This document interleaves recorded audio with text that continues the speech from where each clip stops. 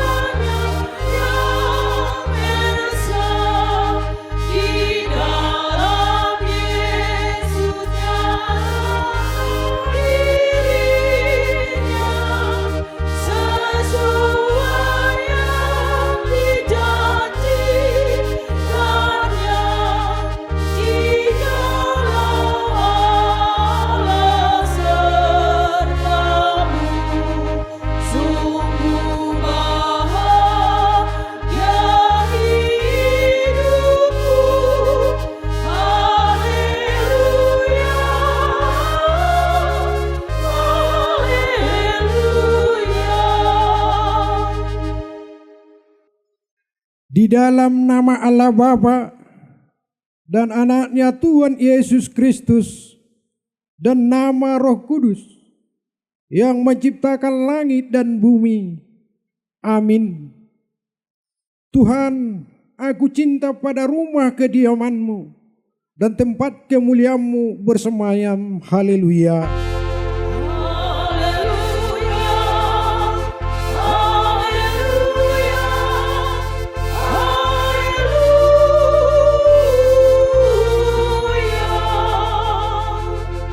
Marilah kita berdoa.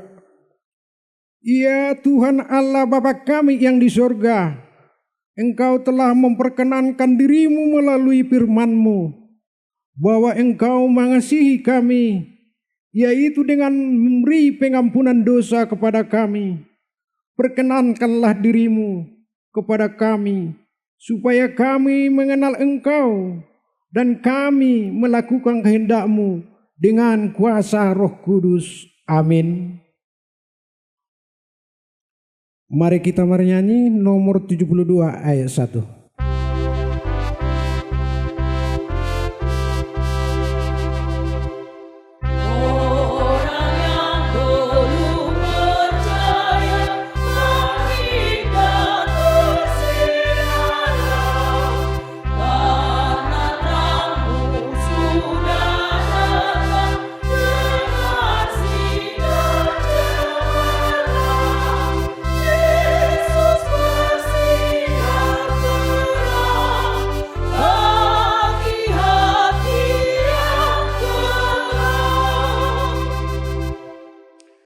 Marilah kita dengar hukum Tuhan pada hari Minggu ini, yaitu titah pertama sampai keempat. Titah pertama, Akulah Tuhan Allahmu, dan jangan ada padamu Allah lain di hadapanku. Yang kedua, jangan perbuat bagimu patung yang menyerupai apapun yang ada di langit, atau yang ada di bumi, atau yang ada di dalam air di bawah bumi, untuk disembah atau dituruti. Yang ketiga, jangan menyebut nama Tuhan Allahmu dengan sembarang, sebab Tuhan akan menghukum orang yang menyia-nyiakan namanya. Yang keempat, ingat dan kuduskanlah hari Sabat. 6 hari lamanya engkau akan bekerja dan melakukan segala pekerjaanmu. Tetapi hari ke-7 adalah hari Sabat Tuhan Allahmu. Maka jangan melakukan sesuatu pekerjaan, engkau atau anakmu laki-laki, atau anakmu perempuan, atau hambamu laki-laki, atau hambamu perempuan, atau hewanmu, atau orang asing yang berada di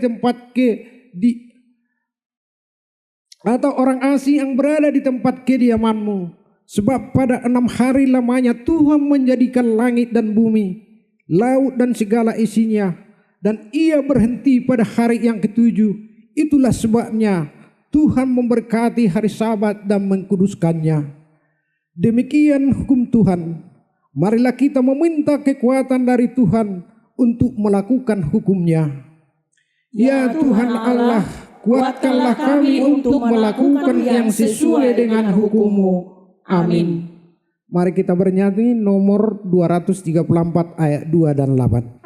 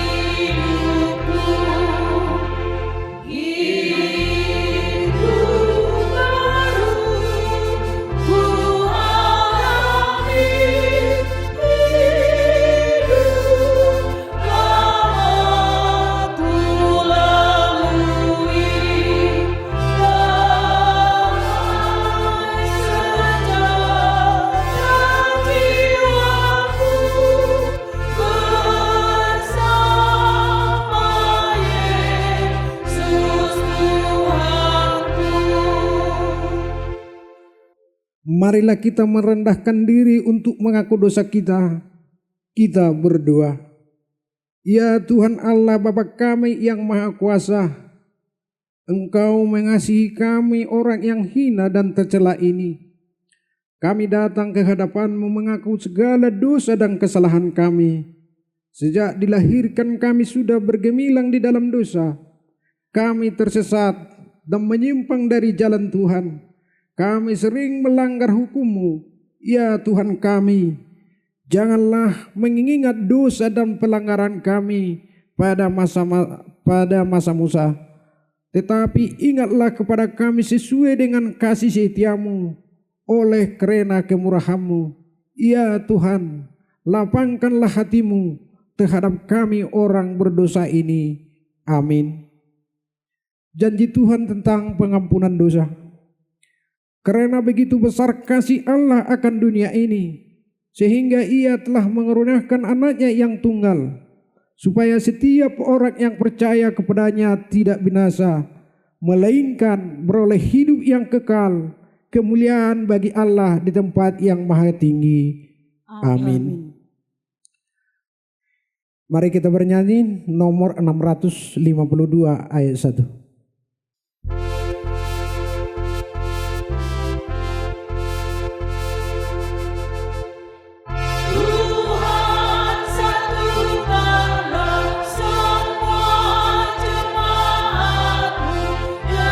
Dengan indah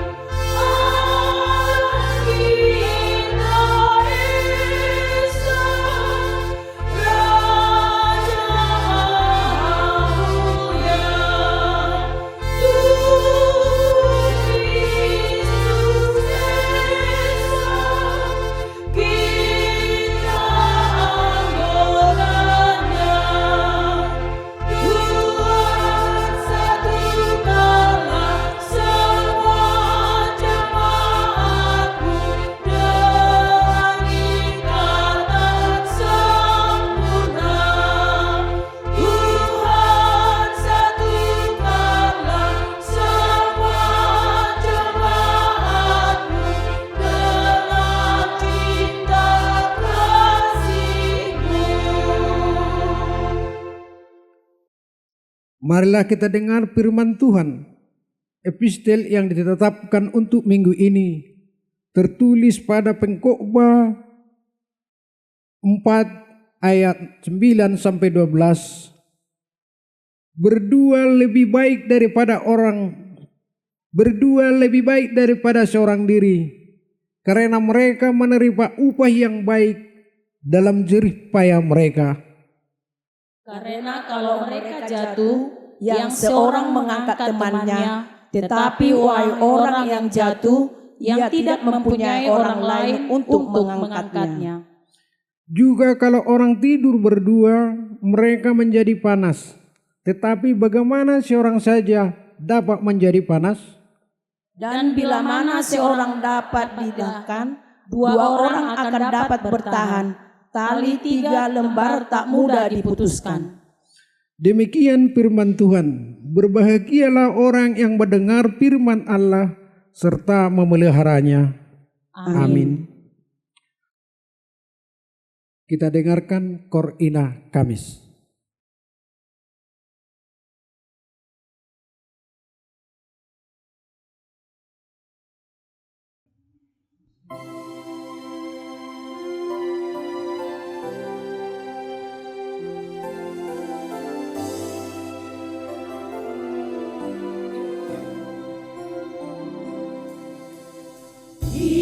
Ingolukon pakai maaf Tuhan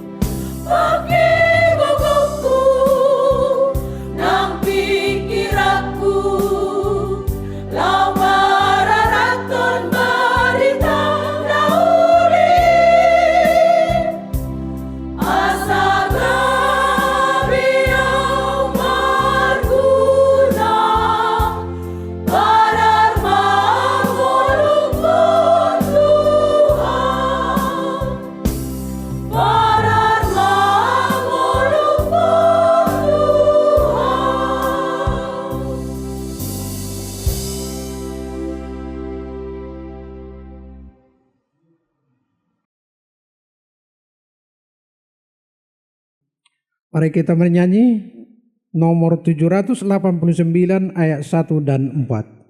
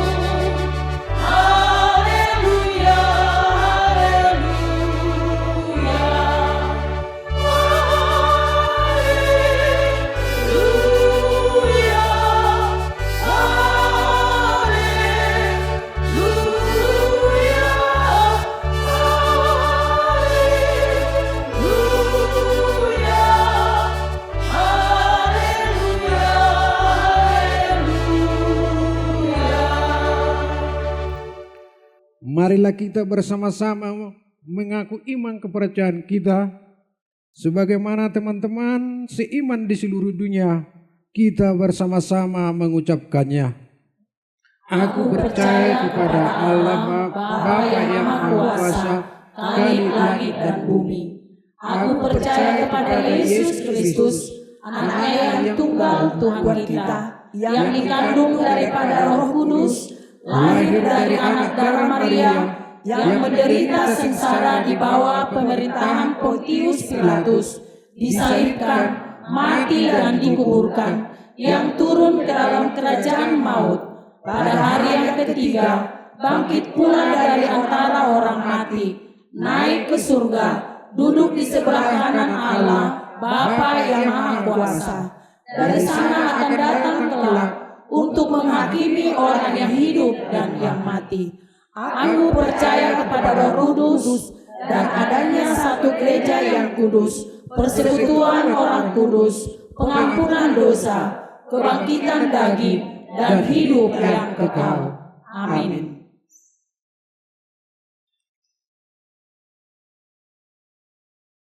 Kita dengarkan kor ama gereja.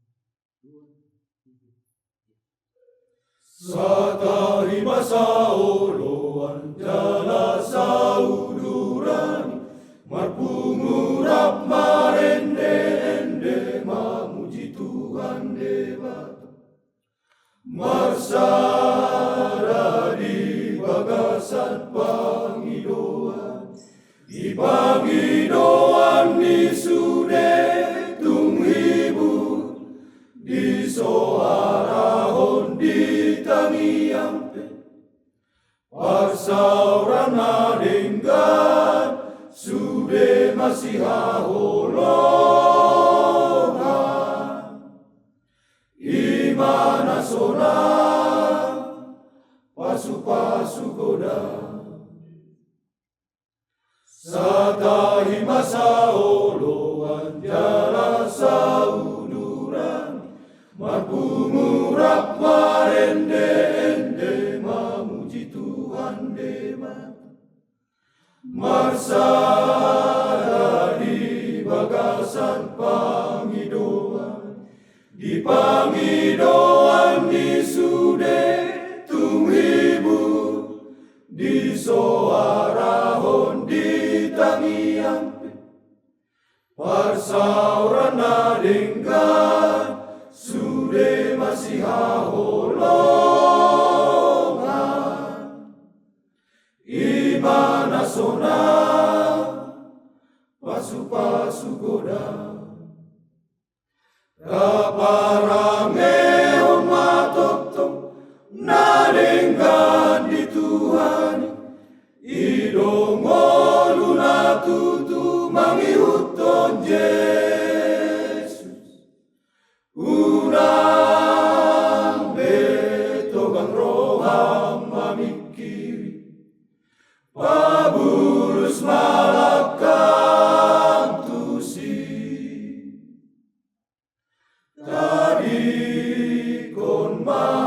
somalami atong pabulus maroham nga Tuhan unang paula so di botobe say parhase yang matiki isandingolu para siano kaparangehon matoktok nanenggad di Tuhan idongolu natutu mangihuton Jesus unang betogang roham mamikiri pabulus malakang tusi tadi kon mahasomalanmi atong pabulus maroham nga Tuhan unang paula so di botobe say parhase ang matiki bisan dingolu para siano atong pabulus roham.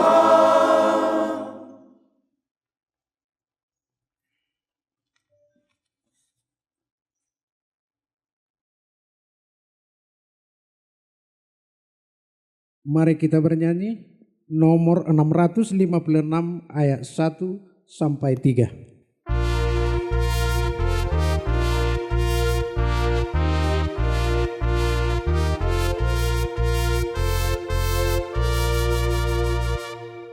Serikat persaudaraan berdirilah teguh, sempurnakan kesatuan di dalam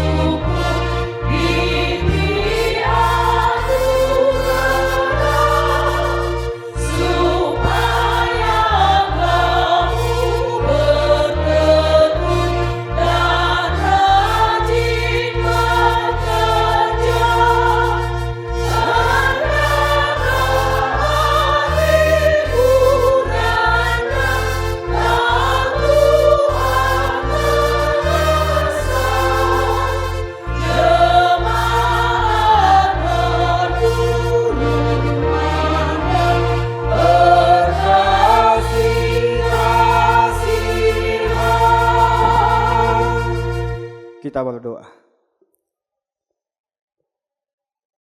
Ya Tuhan, ya Allah Bapa kami yang bertata tinggi dalam kerajaan sorga, terima kasih ya Bapa untuk kasih setiamu dan cintamu yang semakin melimpah bagi hidup kami, sehingga kami dapat berkumpul di gerejamu ini untuk memuji dan memuliakan namamu.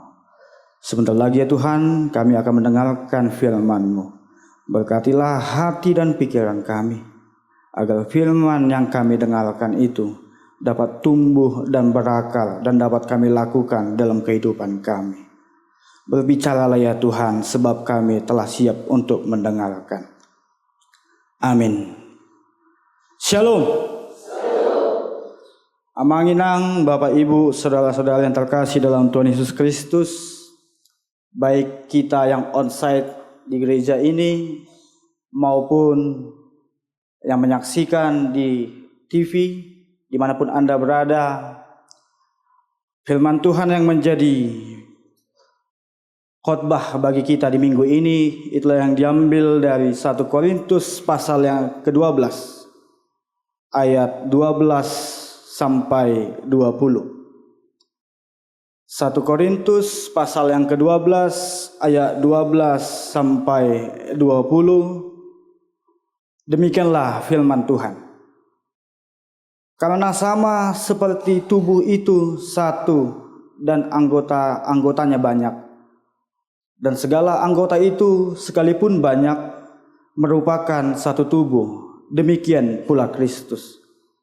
Sebab dalam satu roh kita semua, baik orang Yahudi maupun orang Yunani, baik budak maupun orang merdeka, telah dibaptis menjadi satu tubuh, dan kita semua diberi minum dari satu roh.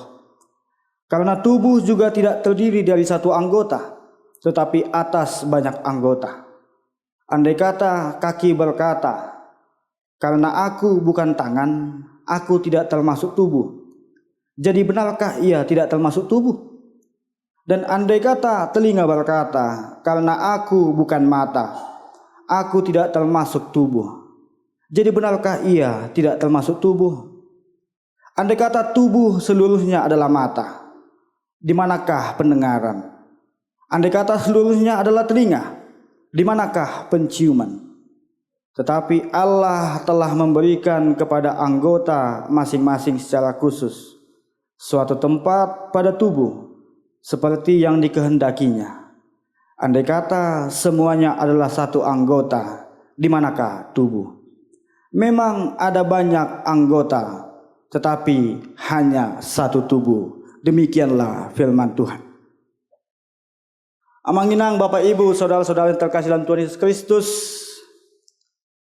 biasanya dalam proses bekerja ada dua hal yang biasanya dikaitkan, atau dua jenis atau dua hal. Kalau secara kata kedua hal ini mirip, tetapi jika ditelaah lebih dalam, kedua hal ini jauh berbeda. Yang pertama kerjasama, yang kedua sama kerja. Kalau dikatakan bekerja sama, masing-masing orang punya perannya masing-masing.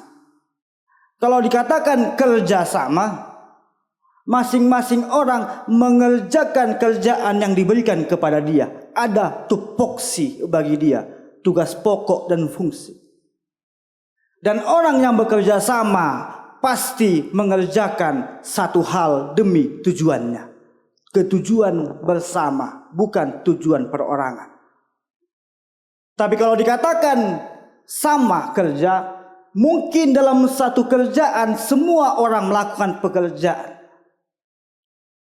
tetapi mungkin saja tidak untuk satu tujuan. Buido halak karejo berengon, alai dang rapak karejo nasida, dang sada tujuan. Itulah kalau sama kerja. Tapi kalau kita telah lagi amanginang, mulai dari dulu sampai sekarang ini, kalau dikatakan kerjasama sudah sangat sulit kita temukan. Sudah banyak orang yang ingin bekerja sendiri-sendiri. Sudah banyak orang yang hanya mementingkan egonya. Satu hal yang paling tampak kenapa orang susah bekerja sama adalah perbedaan. Oleh karena itulah ada ungkapan, jika tidak sama maka tidak bisa bersama. Meskipun tidak sejalan namun tetap berjalan. Orang akan sulit bekerja sama hanya karena ada perbedaan-perbedaan, apalagi perbedaan prinsip dan perbedaan pengetahuan. Padahal kalau kita lihat apa yang terjadi di negara kita, banyak semboyan-semboyan peribahasa yang mau agar kita saling bekerja sama. Bersatu kita teguh, bercerai kita runtuh, tapi jangan diganti. Karena banyak orang yang menggantinya, bersatu kita teguh, bercerai kita kawin lagi inna. Ada lagi peribahasa yang mengatakan berat sama dipikul, ringan sama dijinjing.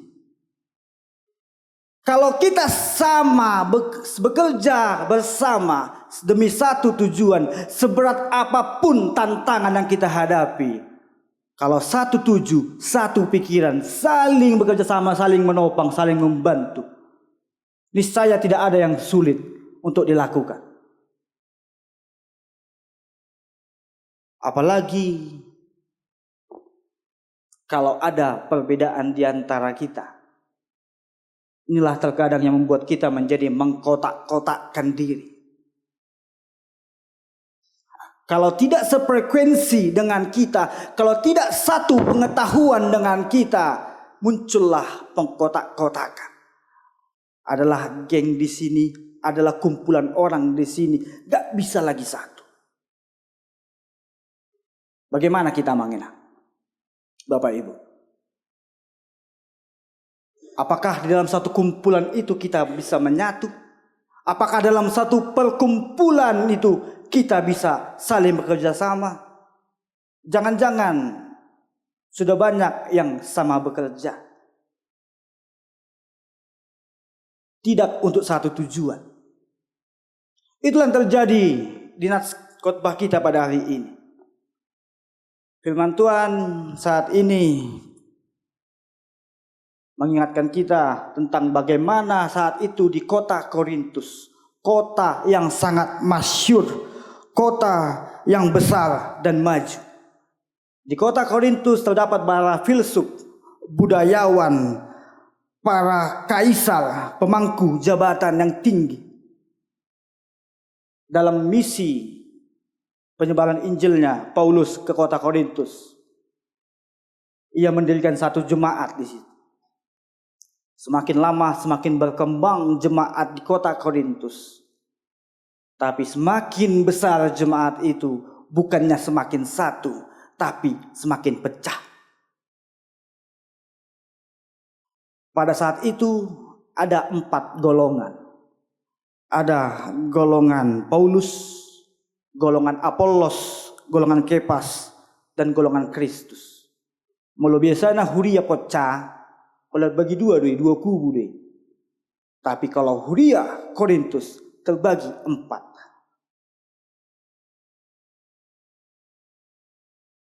Apa yang menjadikan jemaat yang bisa besar tapi tiba-tiba pecah? Perbedaan. Ada bagi mereka sisi membanggakan siapa yang diidolakan. Kalau kita lihat denominasi gereja saat ini ada begitu banyak. Ada HKBP, GKPI dan sebagainya. Tapi kita lihat, apakah dengan begitu banyak denominasi gereja yang ada di dunia ini, di Indonesia ini, apakah kerajaan Allah semakin mekar? Apakah semakin banyak orang yang percaya kepada Tuhan?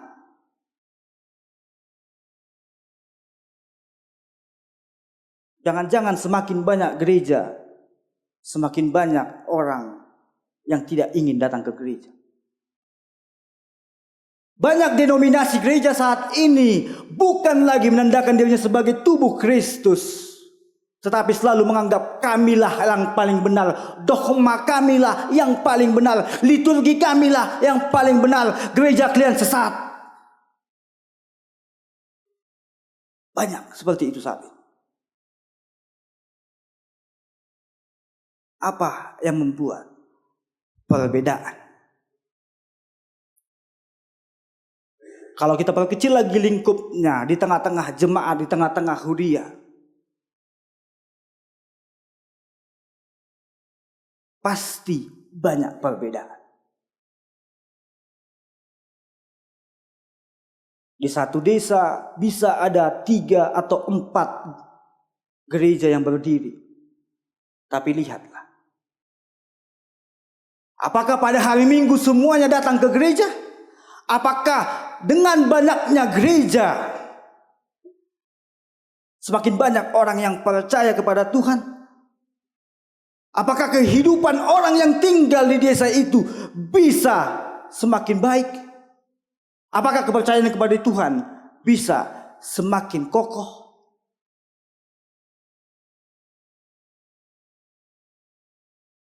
Apalagi ada anekdot yang mengatakan, kalau dulu bisa banyak gereja hingga kini, salah satu yang membuat adalah perpecahan di tengah-tengah gereja. Malu-malu badai di sada gereja, madili ibana, di jauh donganna, dibuka do gereja.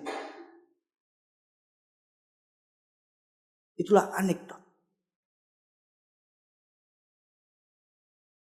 Gereja tumbuh hanya karena perselisihan.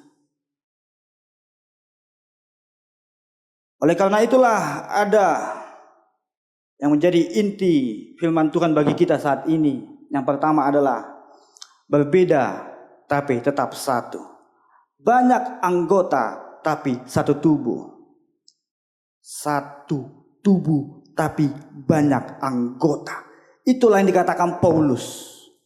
Paulus menggambarkan bagaimana tubuh manusia itu banyak anggota-anggotanya, ada tangan, ada mata, ada telinga. Tapi lihatlah, apakah semua satu fungsi? Tidak. Semuanya memiliki fungsinya masing-masing. Mata tidak bisa cemburu kepada hidung. Karena apa? Mata tidak mengerjakan fungsi hidung. Banyak anggotanya, tapi ada masing-masing pekerjaannya. Demi apa? Demi kehidupan. Demikianlah kita.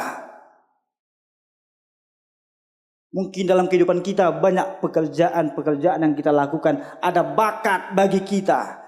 Ada karunia yang diberikan Tuhan kepada kita.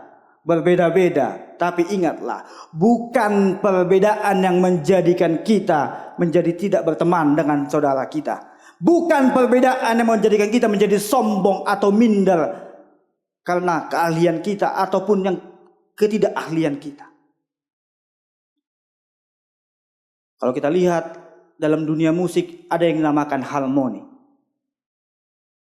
Kalau di punggungan kor ada yang namanya sopran, alto, tenor, bass. Masing-masing sopran, alto, tenor, bass menyanyikan nyanyian yang berbeda, not yang berbeda.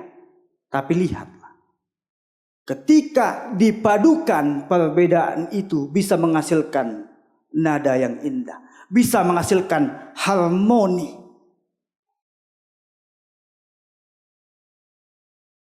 Ada 6 notasi dalam tangga nada, do sampai si. Tapi kalau hanya do yang bunyi atau hanya la yang bunyi, ia tidak akan menghasilkan nada yang indah. Ia harus dibantu oleh nada-nada yang lain. Dalam musik pun ada yang dinamakan dinamika. Ada piano, forte, crescendo, decrescendo. Terkadang dalam hidup kita perlu dinamika. Ada tempo dan ketukan. agar tercipta yang dinamakan harmoni musik yang indah.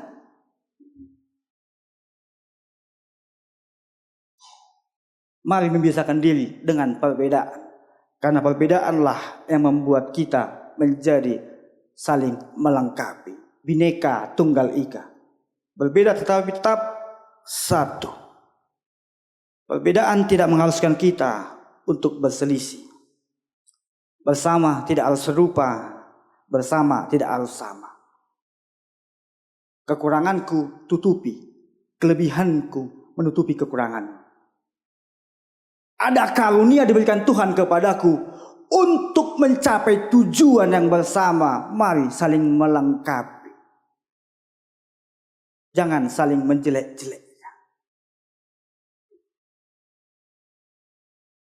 Audu najulo pada Joko gerejaon.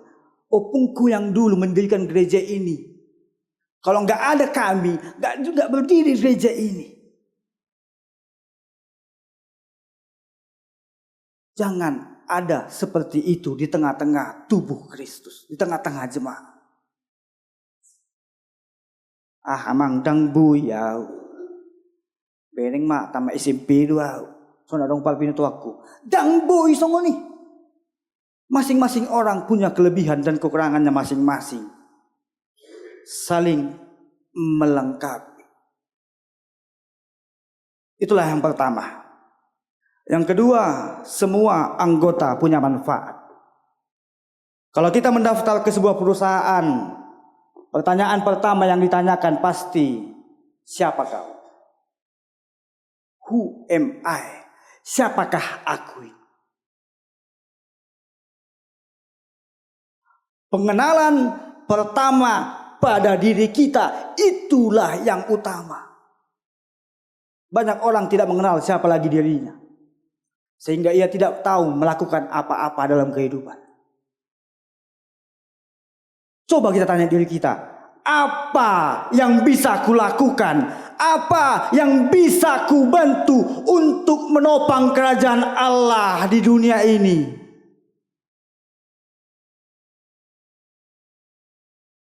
Walau hubo to do mawede, do mau pukuan nama, do punganina, do mau song leader. Malu jago do matematika do maritong do menulis. Udu pima pahala do mabin administrasi. Malu malo do mal tukang. Ahane sega di huriai di gerejai aso padingkan. Banyak bakat yang ada pada kita, tapi lihat.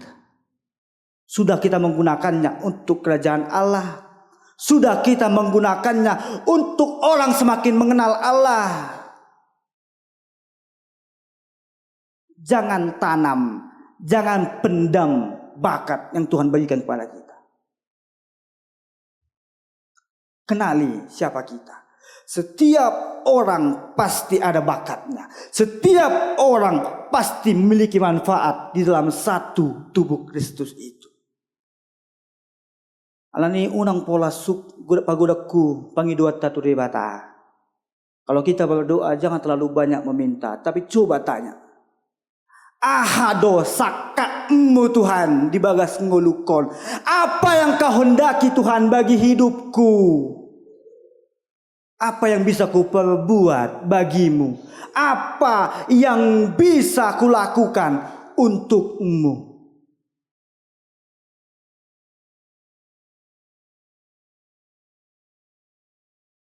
Masing-masing kita punya manfaat. Seperti yang katakan Paulus tadi. Mata gunanya melihat. Sedangkan usus buntu pun dalam tubuh kita ini pasti ada manfaat. Jangan merasa minder karena kita tidak mempunyai apa-apa. Pasti ada. Pakailah itu. Pergunakanlah itu. Agar kita sebagai tubuh Kristus tidak menyombongkan keahlian kita, tidak menyombongkan apa yang ada pada kita, melainkan saling menopang satu sama lain, saling memperlengkapi satu sama lain. Amin. Kita berdoa. Terima kasih ya Tuhan, ya Allah Bapa kami, atas segala kasih cinta-Mu yang tetap melimpah bagi hidup kami. Engkau tiada henti-hentinya ya Bapa, memberikan sukacita, memberikan berkat-Mu bagi kami. Ya Bapa, terima kasih untuk firman-Mu yang menyapa kami pada hari ini. Engkau mengingatkan kami, biarpun ada perbedaan di antara kami, itu bukanlah alasan agar kami saling membenci. Itu bukanlah alasan agar kami tidak bersatu. Tetapi melalui perbedaan itu ya Tuhan, kami dapat saling menopang, saling melengkapi seperti tubuh. Banyak anggota, banyak organ tubuh memiliki manfaat, memiliki tujuannya, memiliki fungsinya masing-masing. Tapi perbedaan itulah yang membuat tubuh dapat hidup. Demikianlah kami ya Bapa, ajari kami agar kami bersatu, agar kami saling melengkapi, tidak menyombongkan diri, tidak minder atas apa yang kami miliki. Tetapi kekurangan dan kelebihan kami dapat saling menopang, agar semakin banyak ya Tuhan orang yang percaya kepadamu, agar hidup kami dapat menjadi khotbah bagi orang lain, agar semakin banyak orang ya Tuhan yang memuji dan memuliakan nama-Mu. Ya Bapa, kami berdoa kepada jemaat-Mu, baik yang ada di sini, di desa ini maupun di seluruh Indonesia ini ya Tuhan. Bagi kami yang berada di gereja ini dan seluruh pemirsa yang menyaksikan, berkati kami. Segala cita-cita kami, pekerjaan kami, apapun yang kami lakukan ya Tuhan, berkatilah itu. Agar kami semakin bersukacita dalam melakukan segala kegiatan kami. Apapun yang kami lakukan, apapun yang kami kerjakan, berkatilah itu Tuhan. Ya Tuhan, kami berdoa kepada jemaat-Mu yang saat ini dalam sakit. Engkaulah yang memberkati mereka ya Tuhan. Berkatilah obat yang mereka makan, berkatilah tenaga medis yang mengobati mereka, agar mereka dapat cepat pulih dan sembuh, dan dapat melakukan aktivitas mereka seperti biasanya. Ya Tuhan, kami berdoa kepada jemaat-Mu yang tidak dapat hadir bersama kami pada saat ini. Jikalau mereka dalam keadaan malas ya Tuhan, berkatilah hati dan pikiran mereka, ketuklah hati dan pikiran mereka, agar mereka mau dan sadar bersama kami memuji memuliakan nama-Mu di gereja-Mu ini Tuhan. Ya Bapa, kami ulang tak luput dari dosa, karena Kau hapuskanlah segala dosa dan kesalahan kami, agar kami layak disebut sebagai anak-anak-Mu. Terimalah doa kami ya Tuhan, ketika kami meminta di dalam nama anak-Mu Tuhan Yesus Kristus. Amin. Kita mengumpulkan persembahan sambil bernyanyi.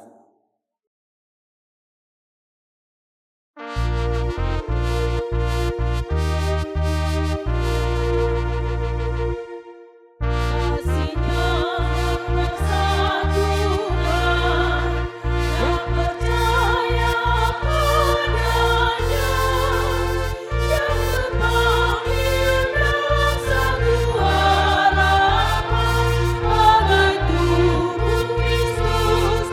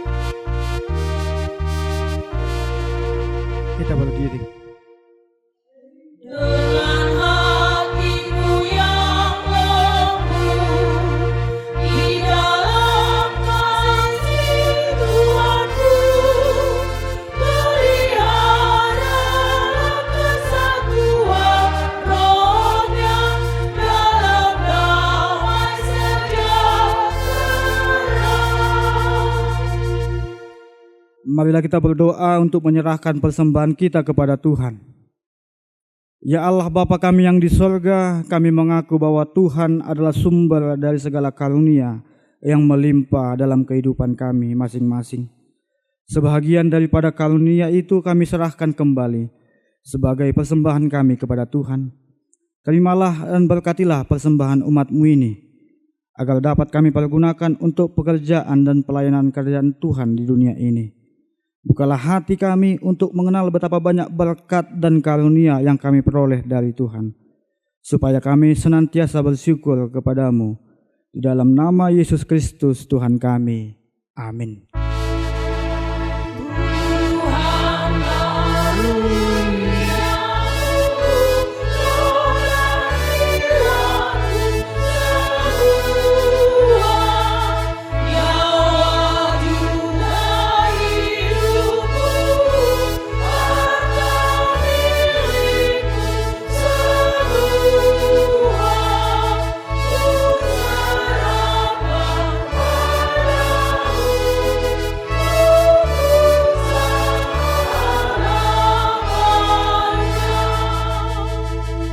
Bapa kami yang di surga, dikuduskanlah nama-Mu.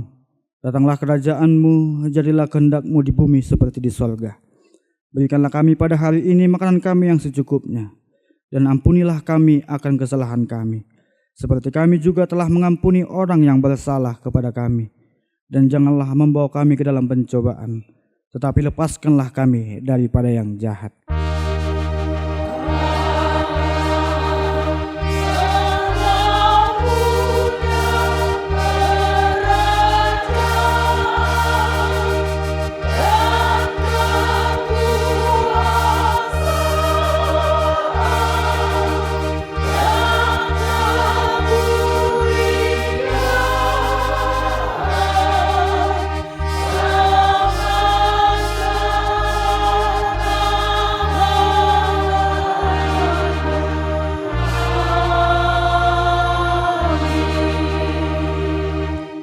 Pulanglah dengan sejahtera dan terimalah berkat Tuhan.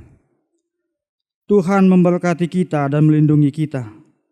Tuhan menyinari kita dengan wajah-Nya dan memberi kita kasih karunia. Tuhan menghadapkan wajah-Nya kepada kita dan memberi kita damai sejahtera. Amin.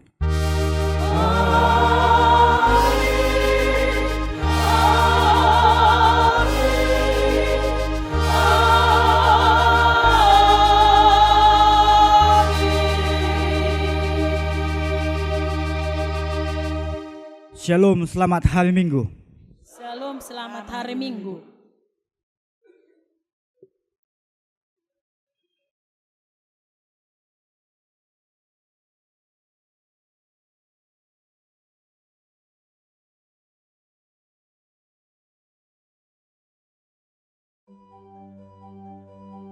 AKBP Simanapang terletak di Desa Simanapang, Kecamatan Sarasbarita, Kabupaten Tapanuli Utara, Sumatera Utara.